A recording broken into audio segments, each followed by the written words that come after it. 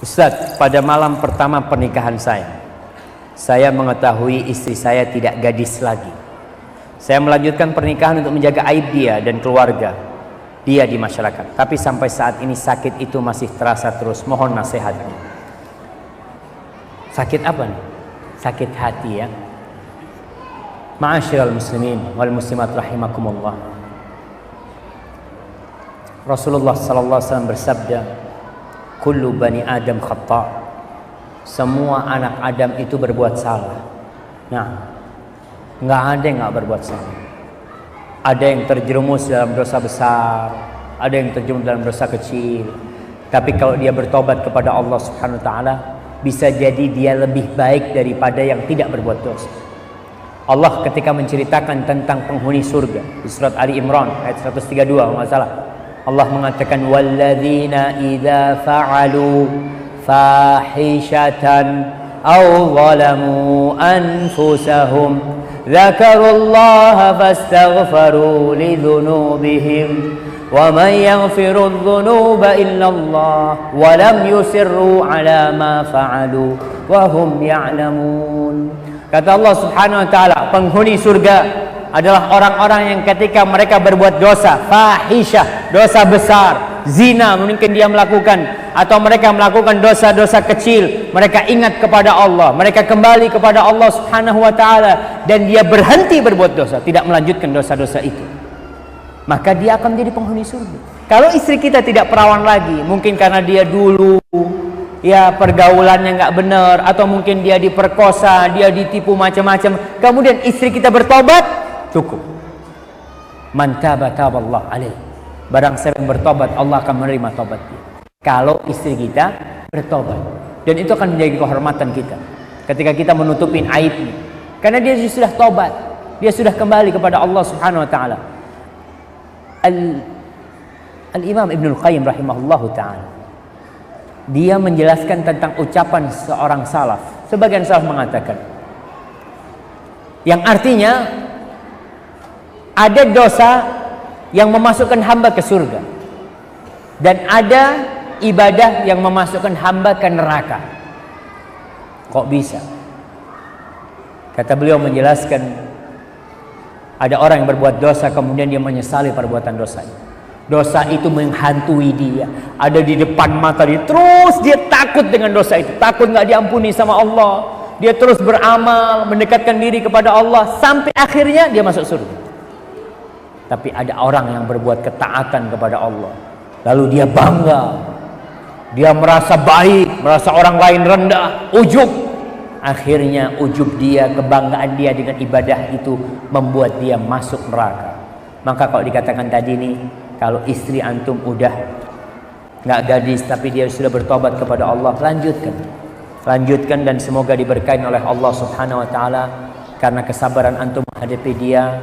Dan si wanita itu juga harus berterima kasih kepada suaminya yang menjaga kehormatan dirinya dan tidak membuka aibnya.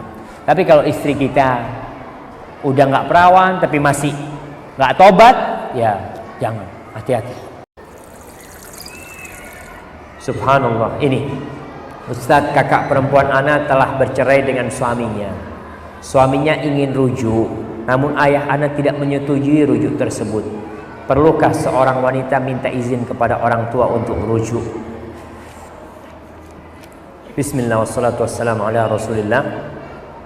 Jadi orang bercerai ini ada dua kondisi.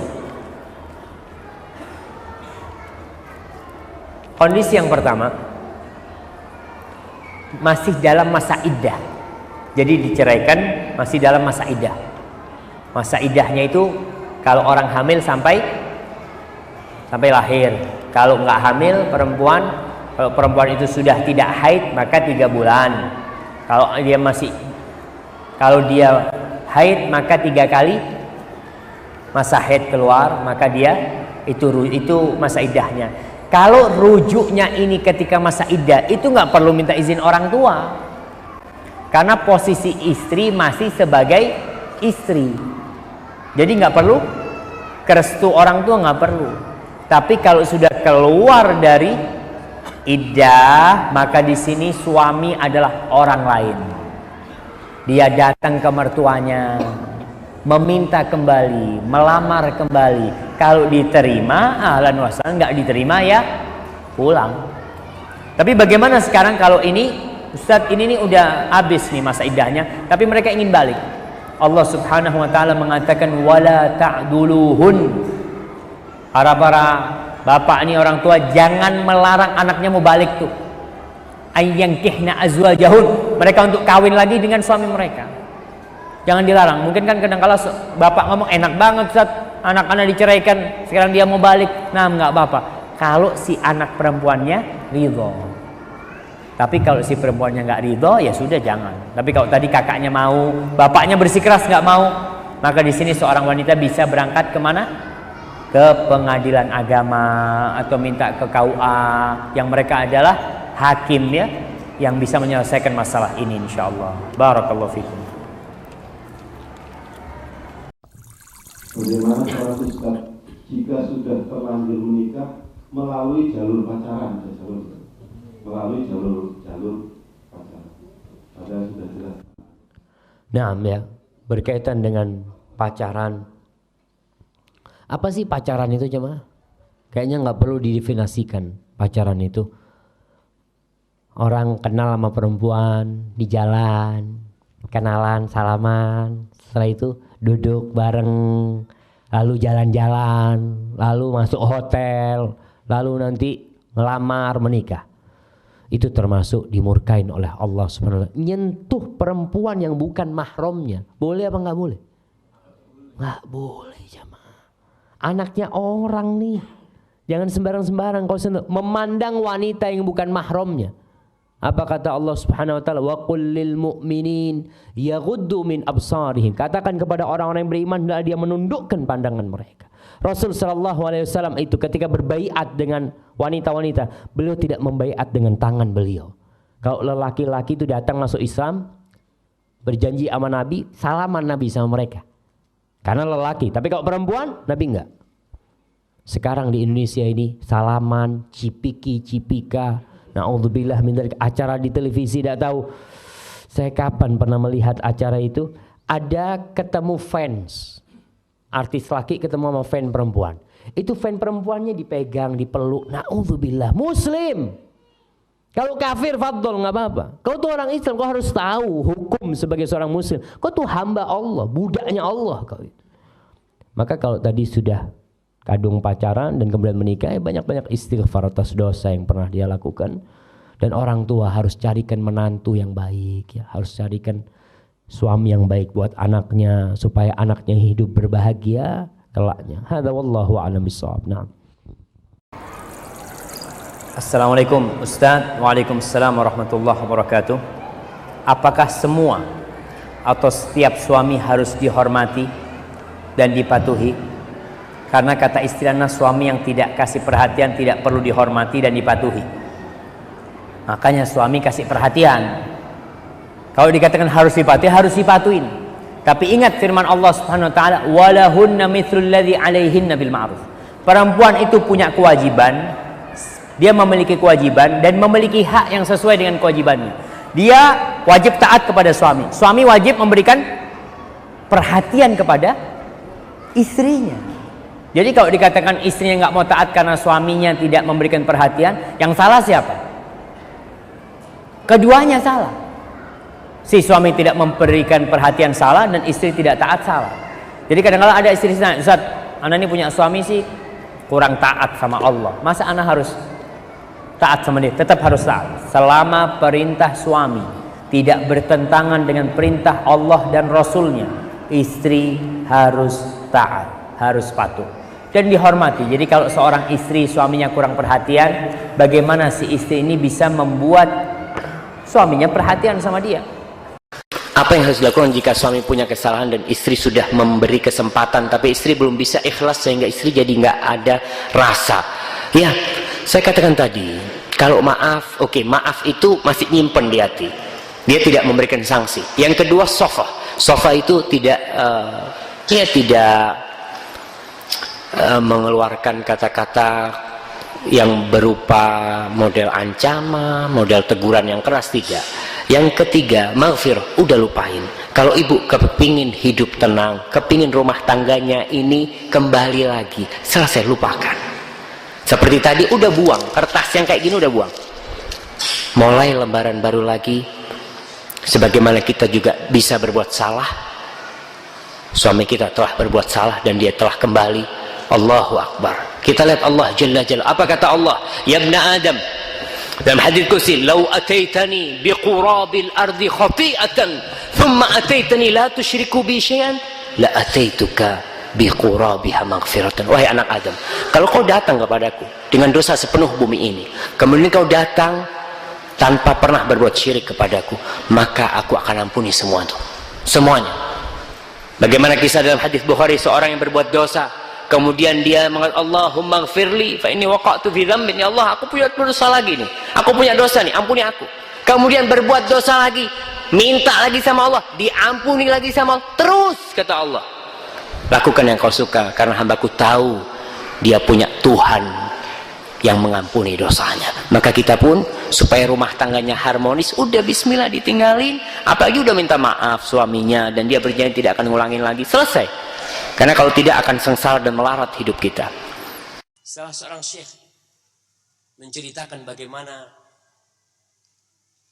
istri yang soleha, yang dia benar-benar menjadi libas, menjadi pakaian yang menutupi kekurangan suami, menutupi aib suami. Pernah nih ada suami istri di kota Jeddah sana, ribut, suaminya nggak tahan, ditampar tuh istri. Dan kita tahu tidak boleh seorang suami menampar istrinya, nggak boleh.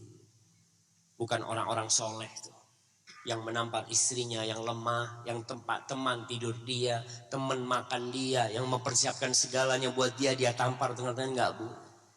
Rasul mengatakan wala tadribil wajha, jangan kau pukul wajah, itu nggak boleh. Dipukul nih wajah, karena emosi dipukul wajah. Nangis si istri, dipukul wajahnya. Dalam kondisi seperti itu, ada yang mencet bel rumahnya. Ting dong, masya Allah. Dilihat, ternyata mertuanya yang datang.